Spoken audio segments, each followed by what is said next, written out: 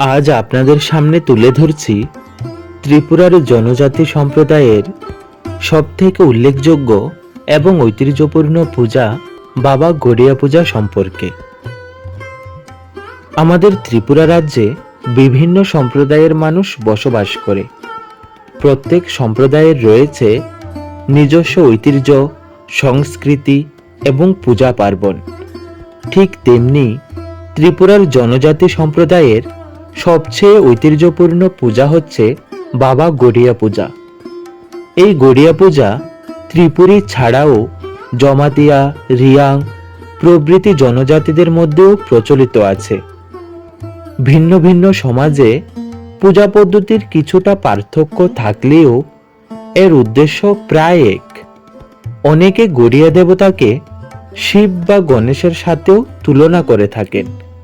বলা হয়, গড়িয়া দেবতার আশীর্বাদ ছাড়া কোনো জাগতিক কল্যাণ, সুখ শান্তি, ভোগবিলাস ও অস্তিত্ব সম্ভব নয়। জানেন বন্ধুরা, প্রতি বছর আদিবাসী লোকেরা গড়িয়া দেবতাকে নিয়ে গ্রামের প্রতিটি বাড়িতে যান।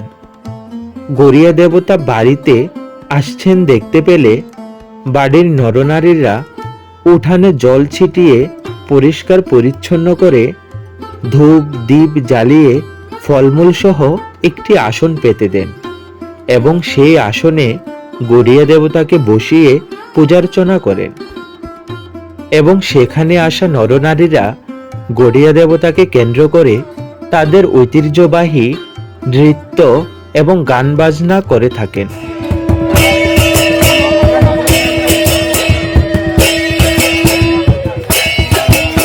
এই গড়িয়া পূজা কিন্তু 7 দিন ধরে চলে। হাড়ি বিশুর দিন মূল গড়িয়া পূজার ঘট বসানো হয়। হাড়ি বিশু অর্থাৎ চৈত্র সংক্রান্তির আগের দিন। চৈত্র সংক্রান্তিকে ত্রিপুরী ভাষায় বিশু বলে, তাই চৈত্র সংক্রান্তির আগের দিনকে বলা হয় হাড়ি বিশু। এই হাড়ি বিশুর দিন অর্থাৎ চৈত্র সংক্রান্তির আগের দিন আমাদের জনজাতি সম্প্রদায়ের সবাই খুব ভোরে ঘুম থেকে উঠে স্নান করে নতুন জামা কাপড় পরে অনেক অনেক ফুল সংগ্রহ করে এবং সেই ফুলের মালা তৈরি করে তাদের বাড়ির গরু মহিষের গলায় পরিয়ে দেন। এবার আসি গড়িয়া দেবতা ও তার পূজা পদ্ধতি সম্পর্কে। পূজার দিন গৃহস্বামী খুব ভোরে স্নান করে পবিত্র বস্ত্র পরে বন থেকে গোটা বাঁশ কেটে এনে অচায়ের নির্দেশ মতো বাড়ির উঠানের পূর্ব বা দক্ষিণ দিকে পুঁতে দেয়। অচায় হল জনজাতি সম্প্রদায়ের পুরোহিত। গড়িয়া দেবতা হিসাবে একটি মুলিবাসকে নির্বাচিত করা হয়, যার দৈর্ঘ্য 4 বা 5 হাতের বেশি হয় না। এই গড়িয়া দেবতার প্রতীকস্বরূপ বাঁশকে বিভিন্ন ফুলের মালা, বিভিন্ন রঙের রেশা, টাকার মালা প্রভৃতি দিয়ে সাজানো হয়। গড়িয়া দেবতার পূজা প্রধানত সম্পন্ন করে থাকেন অচাই ও তার সহকারীরা। গড়িয়া পূজার দিন সকালে 6টার আগে রন্ধক ও নখ ছুমতাই নামক 2 গৃহদেবতার পূজাও সেরে নিতে হয়।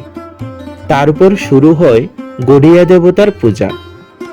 অচাই পবিত্র মন্ত্র উচ্চারণের মাধ্যমে গড়িয়া দেবতার প্রতীকস্বরূপ বাঁশের মধ্যে দেবত্ব প্রদান করে থাকেন। জানেন বন্ধুরা, গড়িয়া দেবতার উদ্দেশ্যে অনেক কিছু উৎসর্গ করা হয়। তার মধ্যে প্রধান হচ্ছে মোরগ, ডিম, মদ ইত্যাদি। বলি দেওয়া হয় মোরগ। পূজা শেষ হবার পর গড়িয়া দেবতার ছায়াও মাড়ানো বা পার হওয়া নিষেধ।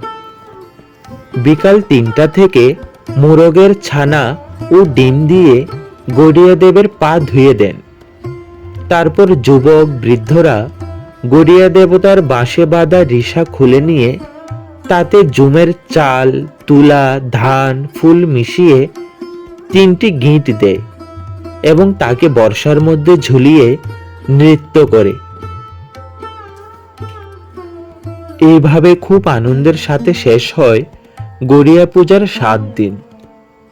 গড়িয়া দেবতার পূজা শেষে পূজার আশীর্বাদগুলি জনজাতি সম্প্রদায়ের লোকেরা খুব যত্ন এবং শ্রদ্ধার সাথে বাড়িতে নিয়ে গিয়ে ক্ষুদ্রক নামক একটি বাঁশের তৈরি সিন্ধুকে রেখে দেন এবং বাড়ির মালিক গড়িয়া দেবতার উদ্দেশ্যে বলেন, হে গড়িয়া দেবতা, আগামী বছরও যাতে আমি তোমাকে এইভাবেই পুজো দিতে পারি। জানেন বন্ধুরা, এই গড়িয়া পূজা এখন শুধু জনজাতিদের পূজা নয়, এই গড়িয়া পূজায় অংশগ্রহণ করেন জাতি জনজাতি সবাই। গড়িয়া পূজার আরো অনেক ইতিহাস রয়েছে, আমি খুব সংক্ষেপে বলার চেষ্টা করেছি। অবশ্যই তোমরা আমার ভুল ত্রুটি ক্ষমার চোখে দেখবেন। আর আপনাদের অনেক অনেক ধন্যবাদ ভিডিওটি সম্পূর্ণ দেখার জন্য। আমি আবারও বলছি, আমার যদি কোনো ভুল হয়ে থাকে অবশ্যই তা ক্ষমার চোখে দেখবেন। আর বেশি কিছু বললাম না, তোমরা অনেক অনেক ভালো থাকো, সুস্থ থাকো। জয় বাবা গড়িয়া।